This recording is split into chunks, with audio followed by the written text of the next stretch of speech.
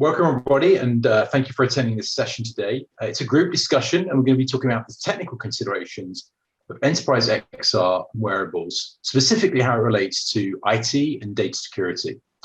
I'm joined today by a panel of experts who have truly lived through this, deploying these technologies into production in the enterprise, working closely with folks in IT.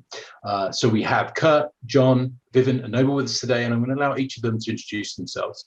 John, why don't you kick off? Hi, I'm John McGuire. I'm the technical lead for the XR lab at Duke Energy. That's our internal augmented and virtual reality development lab.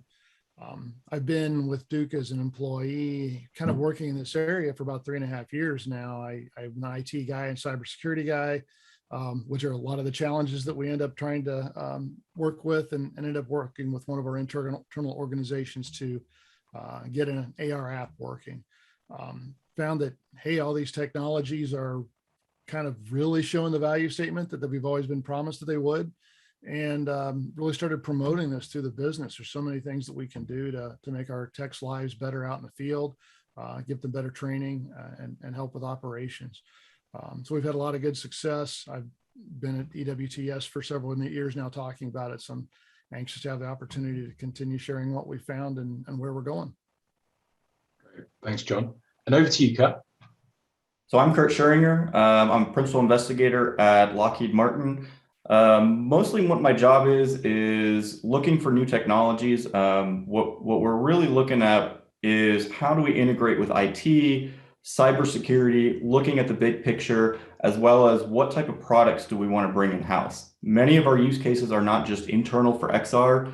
When we say XR, it accounts for AR, VR, PC, most advanced visualization type applications. So we look at both internal, which counts for any type of manufacturing, work instructions, remote collaboration, all the way to what we can provide our customers.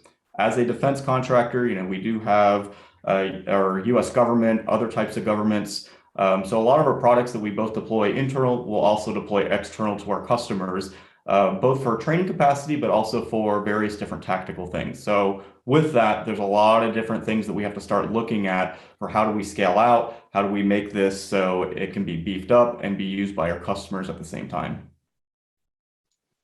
Great, thanks, Kurt. And Vivin, over to you. Thanks, Matt. Great to be here.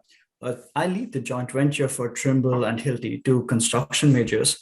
And what I do is lead a lot of their research activities, especially into deep tech topics like robotics, IoT, AR, VR, and so on and so forth. So we look at partnering with other players like Boston Dynamics in terms of bringing some of the solutions to market. We look at deep research and positioning and so on.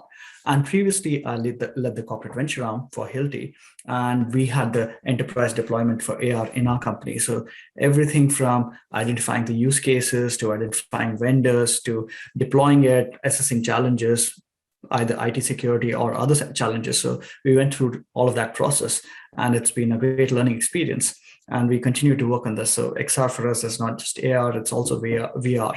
And we're constantly looking for new use cases to deploy this. So great to be here and great to be talking to all of you. Thanks, Vivin. And Nobel. Yes, thank you. So my name is Nobel Vale. I work at Bristol-Myers Squibb. I've been there for over 9 years now. I'm a principal scientist, so a more technical role. However, I was challenged with the idea of incorporating extended reality, different ideas such as augmented reality, virtual reality, and et cetera, into my space to benefit scientists and people collaborating around the world. And we started with a pilot back in 2018, where we started with around 10 or so devices. And with the usage blowing up in 2020 during COVID-19, we've grown to more than 120 devices throughout the entire network. And it's been a whole great learning experience. And I've learned a lot of things about working closely with our IT and cybersecurity team, because we have a lot of sensitive data that we have to make sure remains proprietary. And there's a lot of things on the business side and end users that they think that we don't necessarily have to worry about, but on an IT side, they have to worry about. So it's very important to be aligned and try to understand what IT needs to do to help promote this technology and move it forward. Because we've learned that there's a lot of roadblocks that have happened, and it's just the idea of adapting and improving the process so we can get this technology out there for more people. And we've really been looking at just AR initially, but now with showing the benefit of AR, we're now looking into VR. So thank you again for having me a part of this panel. Great, thanks for that panel. And finally, my name is Matt Coppinger. I'll be leading our discussion today. I'm a director of product management at VMware, responsible for our XR products. We have a large VR internal deployment of VR headsets. So not only are we producing software to manage these solutions, but also we have our own XR deployments internally as well, and hope to contribute to the discussion today around that. So what we're going to do is for the next 30 minutes, we're going to have an open discussion. I've got a number of questions for our panelists, and then we'll wrap with a 15-minute live Q&A. So I think what we'll start with is we'll talk a little bit about VR devices. We've seen the explosion of devices such as the Oculus Quest and the Pico devices coming into the enterprise. I know, John, at Duke Energy, you've throughout COVID, you've had this large VR deployment happening. So just wondering if you could talk us through some of the challenges you've had from an IT and data security perspective. Yeah, and the pandemic itself is kind of a problem as well as a benefit to these use cases, right? We really were just rolling out some of our first applications when the pandemic hit, and it made it a little difficult for people to start using them. But we were even quite concerned about whether people would be able to continue to use virtual reality solutions on shared headsets where you're worried about sanitation and dealing with all that. So we ended up working with our enterprise health and safety on making sure that we had the right processes together to meet those strict standards. You know how safety is with electric utilities. And then we kind of got past that. And it was also a challenge with our team working remote. We had to, instead of working together in a team where we were back to back to everybody all day, we had to be able to start working where we had ways to communicate and use tools to do that virtually when we're not even in the same city any longer. We had really good success with all of that, kind of got over those technical hurdles. If anything, we've been twice as productive working remote and working this way. We now are working towards doing that as our full-time work method. Dealing with cybersecurity and some of the other organizations during that time, obviously the pandemic made that a little bit tougher, but we've made a lot of progress with getting these tools adopted as approved Duke, I don't want to say Duke sponsored, but Duke approved devices to use out in the organization. So we kind of standardized early on the Oculus Quests when they came out. It turned out that's been a really good choice. The Quest 2s have been nothing but better for us. We're starting to get good adoption of those as the business continues to buy more headsets and roll out more training. So we've gotten all those approved as solutions through our architecture organization, our sourcing. We're still primarily using those off networks. So the idea is that the material that's on the headset isn't necessarily confidential or restricted information. We don't need to put a device on the network that has confidential or restricted information in order to do what we need to do. So we're keeping them separate that way. And we've been able to use some of the tools that Oculus has come out with over the past year, App Labs, as well as using for some of our use cases, the Oculus for Business solution to be able to deploy applications out to headsets and get away from having to side load them with a cable connected to our computer. All of those apps are really built to run on standalone headsets. We do have some solutions working at Duke, which require a Quest tethered to a computer that has a lot of graphics processing capability. But those are used by engineers in one of our nuclear plants to be able to go in and bring up floor plans for the plant as built down to the millimeter measurement so that they can do plans for construction work and for modifications during outages and do that kind of thing that they didn't really have the ability to do off of drawings, because the drawing may not be how a plant was actually built 30, 40 years ago. Those systems, we've got a couple exceptions. For the most part, those are running on Duke managed equipment and meet all the requirements that we have for cybersecurity out there. So we found good partners to work with in those organizations. I think that's the biggest thing is being able to have connections in those governance organizations to be able to help solve the problems. What risks are they really worried about? And are we able to accommodate those risks and manage those risks appropriately through some alternate methods sometimes? So we've had a really good success rate of getting through that. Just takes some time. Sometimes we have more, sometimes we have less but we've been able to kind of work around them, a lot of the problems, and then the problems we had to work through, we found solutions that have worked so far. We have found a huge increase in interest in augmented reality because of the pandemic. So that's created some more challenges with cybersecurity and architecture.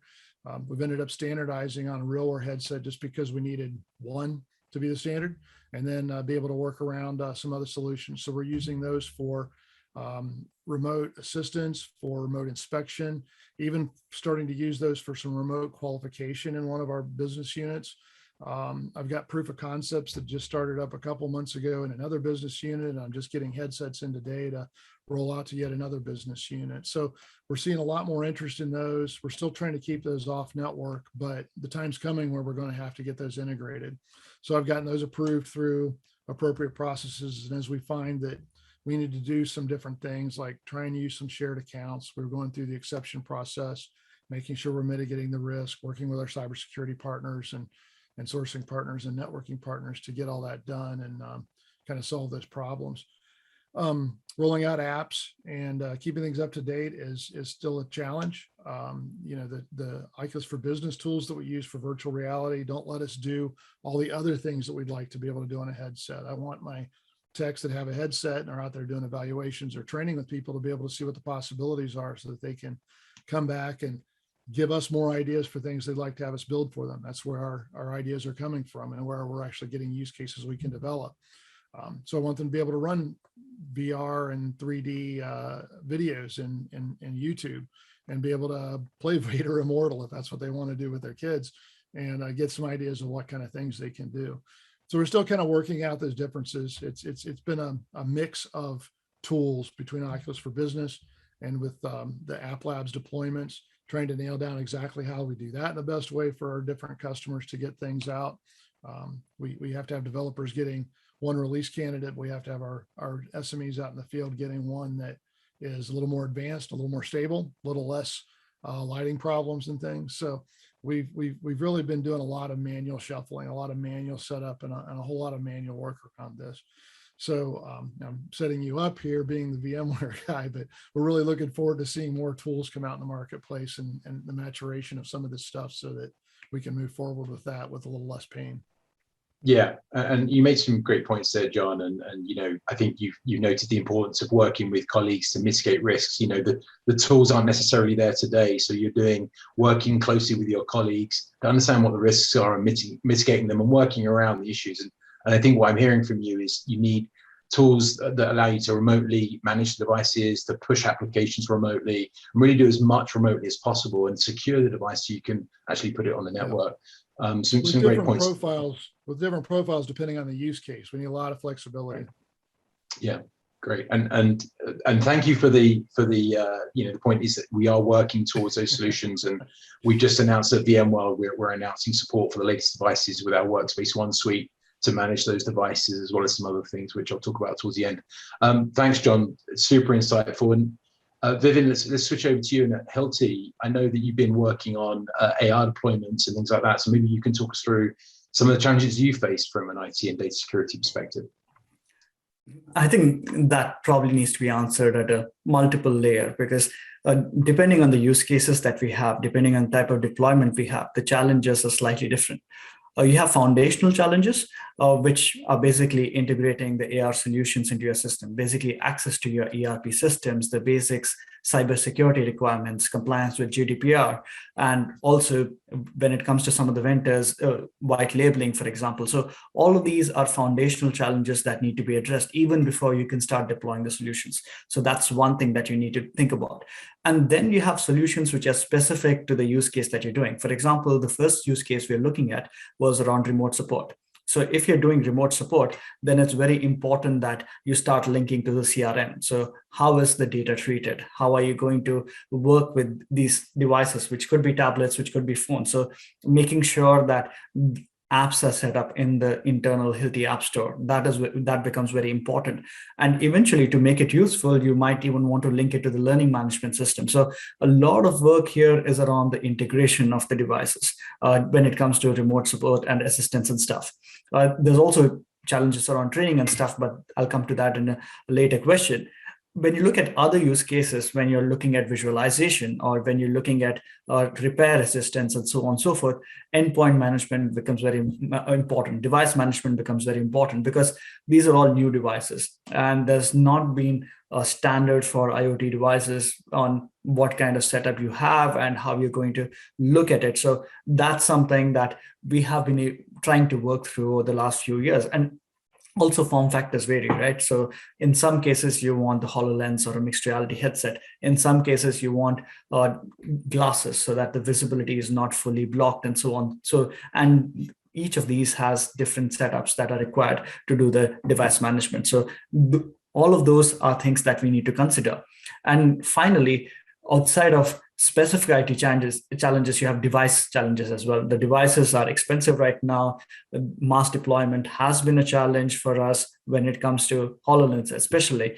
And integrity of the solutions is not always there. And sometimes the startup partners that we have are also early stage. So the compliance requirements that large corporations have versus what the smaller organizations provide is not always compatible. So all of these are things that we need to watch out for when we're looking at AR deployment.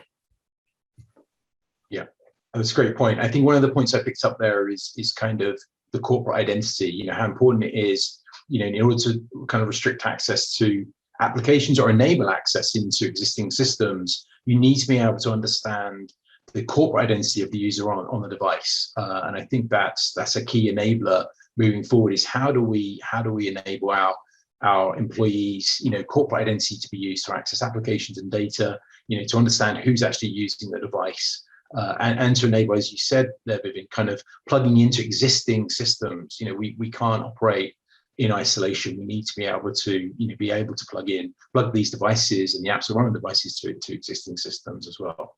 Cool. So absolutely. Yeah. And one point I would add is we have 30,000 people and we have a very high diversity of devices.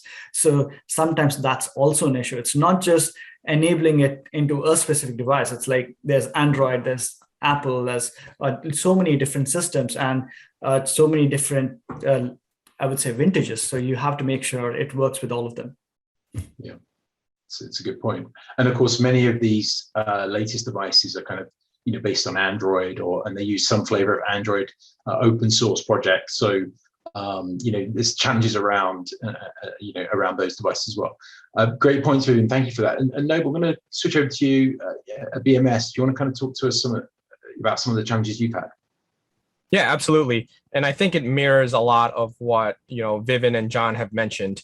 And the main points here that I'll talk about are having different hardware and software approved for use within the company, and then developing and maintaining an infrastructure to use these devices. So in terms of approval of hardware and software, this is a new technology that my company BMS has been evaluating. And you have to really look at the idea of vetting not just the hardware, but also the software solution that you are using.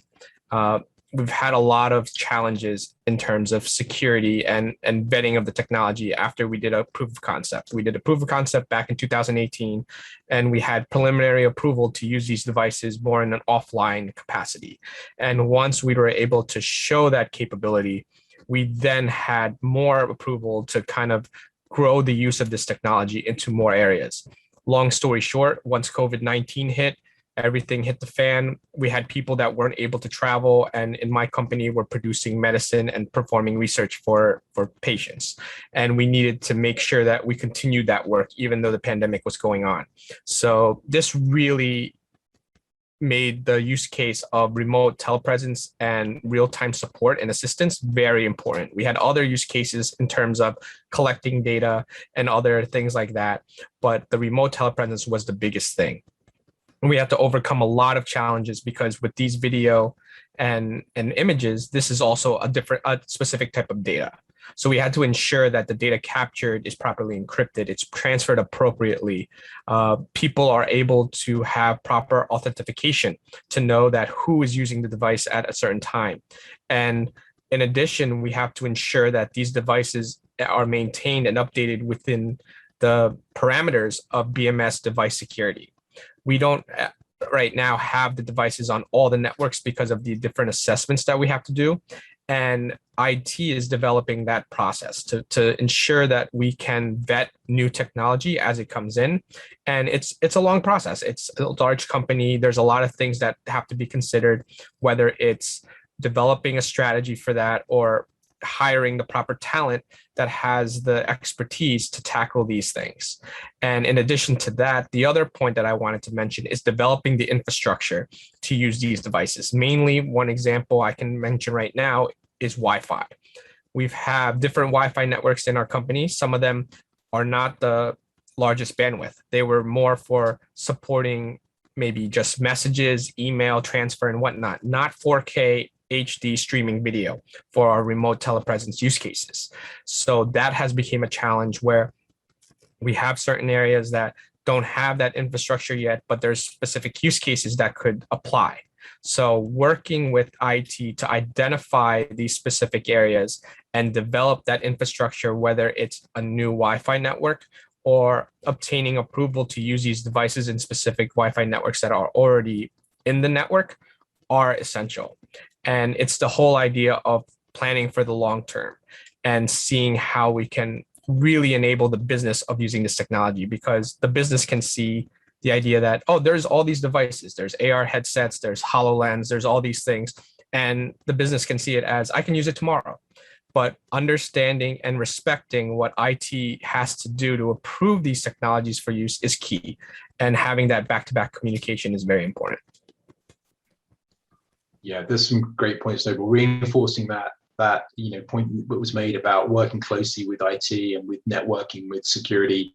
I think, certainly I've seen some of this where people want to, the champions for kind of VR projects or POCs want to avoid IT slightly a little bit because of some of those complexities, but get involved early and understand, what their requirements are and how you might work around it. And I think everyone's a champion of this technology. The value is there.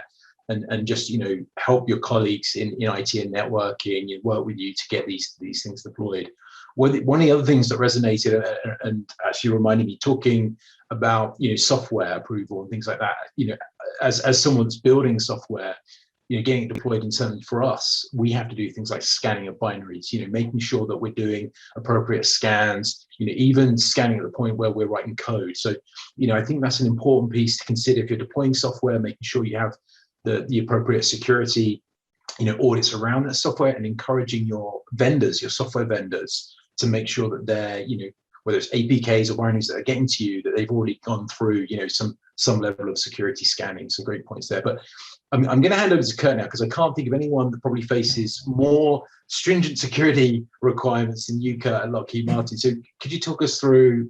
You've probably got a very unique, a view of this stuff, but talk us through some of the challenges you're facing. Sure. And so some of the challenges that we have is, for defense industry, most, if not all of our data, is either Lockheed Martin proprietary information or higher, right? All the way up to secret, top secret. You got everything in between. So there's really not much data that we have that would be, if we lost it, we wouldn't, we wouldn't suffer in some way. So with that, security is going to be the very first thing we look at, meaning if we can't even get it past security, we don't even kind of look at an IT solution from that perspective. With the security part, right, we have all these checklists we have to go through when we start looking at hardware. And I'm going to say AR hardware is kind of the most challenging, because most AR hardware has processing on device versus a lot of VR devices. And with that, right, we have to also make sure that all the devices that we bring in, we first make sure, can it hold the data that are at the security level that it needs to? Does it have the right level of encryption? Can it even connect to our network? On top of, how do we manage these devices?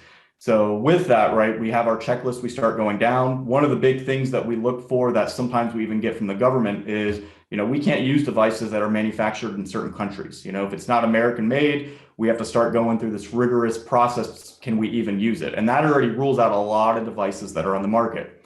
The second piece of that is, also on the software side. Where was the software?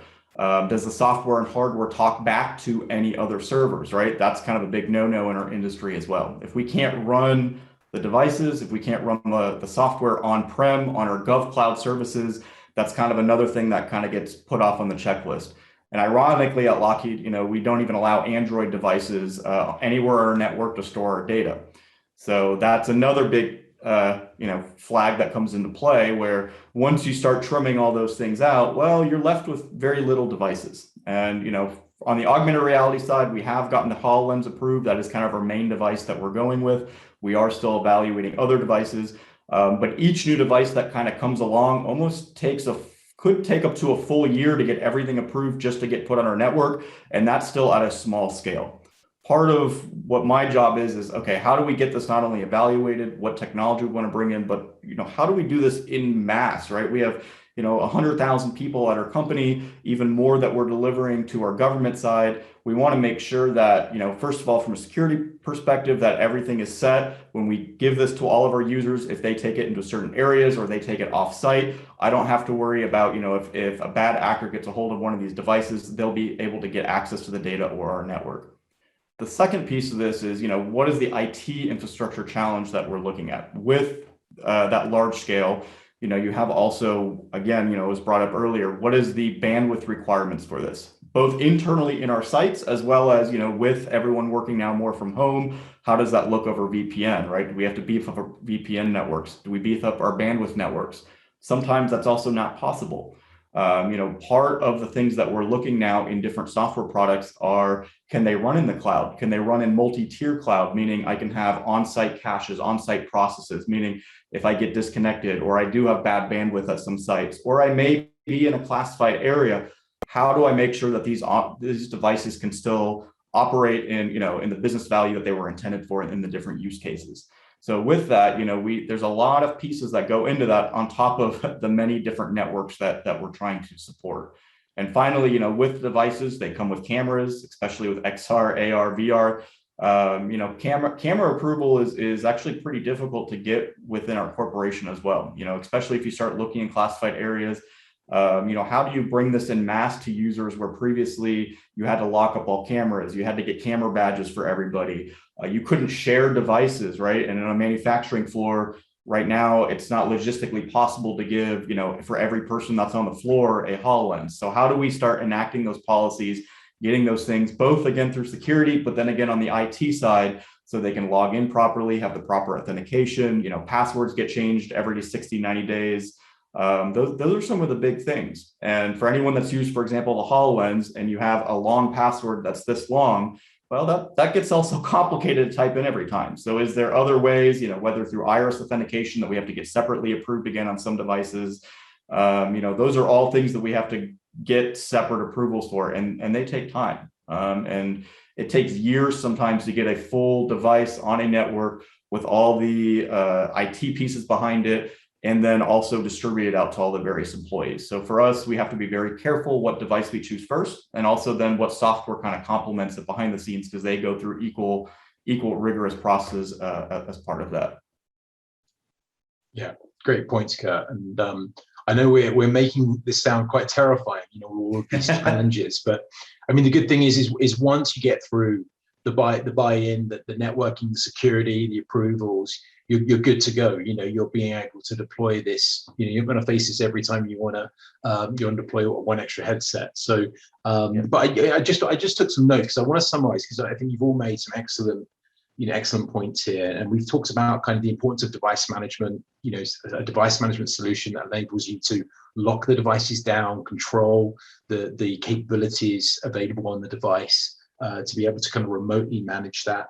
We've talked about networking, in order to kind of secure the device to enable it to connect to the network, or to mitigate the networking, requirements, right, and have it isolated and have it off network. We've talked about securing hardware, approvals around hardware, making sure the hardware goes through security testing, the same with software as well. And we talked about security of data. So obviously, encrypting data when it's transmitted from the device, and also ensuring that encrypting data at rest, particularly if it's being processed on a device. I think that's a point that a number of you made. And then the other piece was about identity, integration. If you want to bring this device and the software into your business and have it, have kind of a broader business impact and available to many users, and you need to really integrate it to existing business systems. And that's really around making sure that you can capture the user identity in order to enable or restrict access to various things. And the final one, which I think was really important, which was something that Kurt you brought up, and I think Nobel you touched on, was employee experience. And I think we'll talk about that in a minute around employee experience and adoption, because it's not just about it is a technical consideration, but it's not just about the technology, it's about people too. But before we go there, we talked about device management and the infrastructure piece. I was interested, John, you've had some experience around kind of application management. So this is actually getting the applications to the users and getting them able to access that. And I wonder if you could talk a little bit about some of your experiences there on the VR side. Yeah, and we're doing that at AR too, actually. So getting applications out to a device has been a matter of, I'll pull up a prop here, grabbing a cable, plugging into my computer, plugging into the headset, and being able to sideload something, right? And obviously that's not optimal, especially when we have different versions coming out, and it's actually been impossible to deal with pandemic mitigations, and nobody's in the same space. We were really leaning on, like I said, Oculus for Business to be able to do that for the Oculus headsets and be able to distribute apps that way. Like I mentioned, we're having challenges with that as well in a lot of our use cases. So the fact that App Labs came out as an option early this year to give us the opportunity to deploy different versions of our applications to headsets over the air using the store, kind of like we do for Apple mobile apps that we develop internally, or Android mobile apps we develop internally, has really been beneficial to us. It's still kludgy. You're sending somebody an email and they're accepting the email invite, hopefully, and they have to have an Oculus account set up and everything to do that, hopefully. And a lot of these, we're kind of working both ends of it. I'm sending an invite out for a new headset I'm building, and then accepting it on Gmail at the same time. We're dealing with the biggest struggle is how do you build a Facebook account, right? Facebook's really good at finding people trying to build dummy accounts. It's been a real struggle for us to be able to create some of these. I actually had one got locked out this week. So what do we do with that, and trying to get that back? This has all been a struggle. It's something that's working, but it's very, really not the way any manufacturer intends, but we're still kind of working around all of those obstacles to be able to make it happen. It does help with the RealWear side that I can deploy applications with a management tool that they have, but it still doesn't do all the things that we need for security either. For example, I want to be able to remote wipe a headset if it gets lost, right? I don't really have the ability to do that. Same thing's true with the Oculus headsets. None of the tools really give us the ability to remote wipe one if we were to lose it. So some really basic functionality, basic cybersecurity kind of fallback capabilities, the most basic of capabilities we don't necessarily have built into the tools. I will say though, working with both those vendors, we've got a great relationship with them, and they've been real receptive to feedback. We've participated a lot, and I've participated in a specific survey from Facebook Oculus as far as how would we best use these tools and what could they give us that would work better for enterprise deployments. And I've seen a lot of those capabilities and features that I've asked for, and I'm sure other people have asked for the same ones. I'm sure it's not just because John wanted it, but they've turned up in the tools, and we start to hear this in some of their kind of advanced information for where they're planning on going with these tools and dealing with the enterprise. So I think it's good to say the vendors have been really receptive. It's just slow. Things move a little slower than what we'd like. We were ready for full-scale deployment of an Oculus for Business that we had in our minds what we would want that to be a year ago, and we haven't gotten there yet. At the same time, we are using it. We have a use case out there on their website for how we're using it, featured out there. So there's tools there. It's just there's so much to work around still. We're still so far out on the bleeding edge of using these technologies that I guess it's possible to use them effectively. It takes a lot of work, maybe a lot more work than it should. And hopefully that'll get better soon. Yeah, and John, I'm happy to announce that VMware working very closely with the vendors to make sure that their devices are supported by Workspace ONE to enable, being able to push out applications and to be able to enable those applications on a per user basis. So it's definitely something that we're addressing. Obviously we'd love to explore that with you in a future discussion, but just conscious of time now, I did want to touch back on this employee adoption point that we brought up and around how important that is. And so Nobel, I was wondering if you can just briefly talk about us through your thoughts on employee adoption, some of the challenges you have. Absolutely. So, with employee adoption, we're looking to have the technology be as easy to use for end users. working in a biopharmaceutical company, not every employee is tech savvy. We are not a tech company per se. People are here and have different technical expertise. So I know a lot in the AR and VR world, they have these vast presentations, the great smoke and mirrors, everything looks pretty and nice. But in my area, we just look at the utility to have it perform the work that we want it to perform. And we really concentrate on focusing on improving our experience with the employees. And we work closely with our vendors to provide countless amounts of feedback to really try and make it a reality. I understand that you have to input certain options to get it to the main screen or get it to the software solution. But ideally, if someone can wear a headset or VR headset and whatnot, and be able to just authenticate automatically and go right into what they want to do, hey, that's perfect. But there has to be some give and take there. And for example, we had one use case where we wanted to utilize a RealWear headset and follow work instructions. RealWear headsets has a small little viewing screen that a lot of users have expressed difficulty in looking at, even though we had a speaker to have it speak the directions, but people are very visual. So one thing we did there, we would pair the headset with an iPad and be able to have the procedure on the iPad visually with text. And because it's a larger screen, now we can even put pictures or clarifying video to help clarify the steps and help train new people. So that's one of the examples of really trying to overcome the challenge of employee adoption. Because if we can get people that are not tech savvy to be people that support the technology, it really goes a long way. Yeah, and that's a great point, Nobel, I think you're making there around, really being able to control the experience and making it easily accessible to as many people as possible. And I'm conscious of time, and I know, Kurt, that you had mentioned previously around making this technology accessible to those people that don't have access to a headset. I think that was one of the key points you made here, is how, if you have software, you need to be able to make it run on a desktop or a tablet, and that makes it more accessible to a lot more users. You're getting more buy-in, you're getting more adoption, you're getting more support for your project. And I do want to skip ahead. I'm just conscious of time. We have probably another, we've got a few minutes left, and I really wanted to kind of get the wisdom from all of you. So maybe a piece of advice that each of you would give, and I'm going to start with Kurt here, but maybe a piece of advice that you would give people that are deploying this technology into their enterprise. Sure. I would look at the big picture, right? So, you just mentioned deploying to PC. You want to make sure that, for example, if you're making work instructions, that whatever software, whatever content that you have, it can be run on PC, iPad, XR, all the different devices. Because a lot of people, when they first start with looking at the software, deploying it, they look only at augmented reality and they only look at one device. And sometimes even the software can't support, a whole range of different applications. And when you start looking at the bigger picture again, with so many people, you really got to start looking from day one. How do I make sure that everything that I'm putting in place can support potentially thousands of people? And a lot of people don't think of that from day one. And we don't have time really today to get into all the details of that. But there's quite a bit that people need to consider when they're deploying software when you start looking at large scale implementation across the board. Yeah, and I think the simplest example I've seen of that is people that just deployed one app and they never considered that there was going to be another app. And of course, as soon as you introduce another app, you need an app launcher.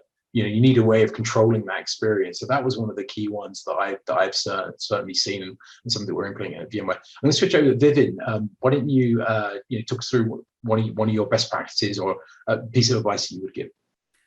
I think one of the things that's very important is making this a strategic priority, because the benefits that you get from it depends on how much effort you're putting into it. And when I say by making it a strategic priority, you need to have roadmaps very clear on how this is going to be implemented. As Nobel said, not everybody is tech savvy in our company. So you have to think about training programs. What training programs are people going through to get familiarized with the technology? And when it comes to topics like VR, how are we thinking about content management? Because we are a geographically spread out organization. And if content is not managed well, then there's a lot of duplication. How are you thinking about that? Right? And as many of you mentioned previously, involving IT at an early stage. And if IT doesn't have a mandate at a company level, then implementation is going to be very ad hoc and quite painful. So just thinking through all of these processes, making sure it's a strategic priority, and having separate AR strategies as well as VR strategies is very helpful. That way you have the use cases, you have a roadmap, and then you have a very structured process of deploying this. And change management is something you have to think about very carefully, because people don't like change. And change has to be brought in at a level where it is digestible. If it's too disruptive to your regular habits, then the adoption is not high enough. So you have to think through the process very carefully while deploying AR in the organization. That's such a key point. I remember I worked on a project where we were switching out physical PCs for thin clients, and someone complained that the physical PC no longer, because it was removed, didn't keep their feet warm.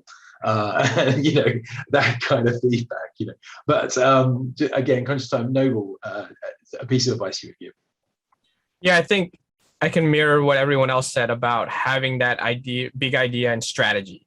You really want to have that long-term strategy iron out, and then kind of work your way backwards and say, what can I get accomplished today? Because a lot of the things that you would essentially accomplish in 5 years, you need today. So what compromise can I make with, for example, IT to get something going, to get a proof of concept going, because it's going to be important moving forward. And as I mentioned before, getting buy-in from end users, have them be able to use the devices very easily is key. And when you speak about what you need in terms of the technology, describing how it's impactful to different levels of management and peers.